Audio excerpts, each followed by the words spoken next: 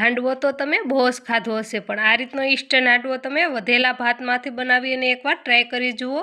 એક બાઉલમાં 1 વાટકી ભરી અને આપણે રવો એડ કરીશું, અડધી વાટકી ભરી અને દહીં એડ કરીશું। દહીંવાળી વાટકીમાં પાણી નાખીને અડધી વાટકી આપણે પાણી એડ કરી દઈશું। વિસ્કરના મદદથી સરસ એવું બધું મિક્સ કરીને આ રીતનું આપણે બેટર બનાવી લેશું। બેટર આપણે ઢાંકી અને 5 મિનિટ જેટલો રેસ્ટ આપીશું। 5 મિનિટ કેડે ચેક કરીશું। સરસ એવો રવો આપણો ફૂલી ગયો છે। ખાવણીમાં ખાંડી આદુ લસણ અને મરચાંની પેસ્ટ એડ કરીશું। બારીક કટ કરેલા મોળા મરચાં એડ કરીશું। 1 નંગ સુકલ ડુંગળી કટ કરીને એડ કરીશું। લીલું લસણ બારીક કટ કરીને એડ કરીશું। લીલા ધાણા બારીક કટ કરીને એડ કરીશું। વઘારેલા ઠંડા ભાત એડ કરીશું। સ્વાદ પ્રમાણે મીઠું એડ કરીશું। અડધું ફાડું લીંબુનો રસ એડ કરીશું। જરૂર મુજબ પાણી એડ કરતા જશું। ચમચીના મદદથી આપણે સરસ એવું હાંડવાનું આ રીતનું બેટર બનાવી લેશું। હાંડવાને આપણે જાળીવાળો બનાવવા માટે અને જલ્દીથી આથો લાવવા માટે આપણે અડધું પેકેટ ઈનો એડ કરીશું। ઈનો આપણે પાણી એડ કરી અને એક્ટિવેટ કરી લેશું। સરસ એવું હલાવીને આ રીતનું આપણે બેટર બનાવી લેશું। ગેસ ઓન કરી પેન મૂકીશું। પેનમાં 1 ચમચી તેલ એડ કરીશું। તેલ ગરમ થઈ જાય એટલે અડધી ચમચી રાઈ એડ કરીશું। અડધી ચમચી જીરું એડ કરીશું। 1 ચમચી ભરી અને સફેદ તલ એડ કરીશું। બધું સરસ એવું ફૂટવા લાગે એટલે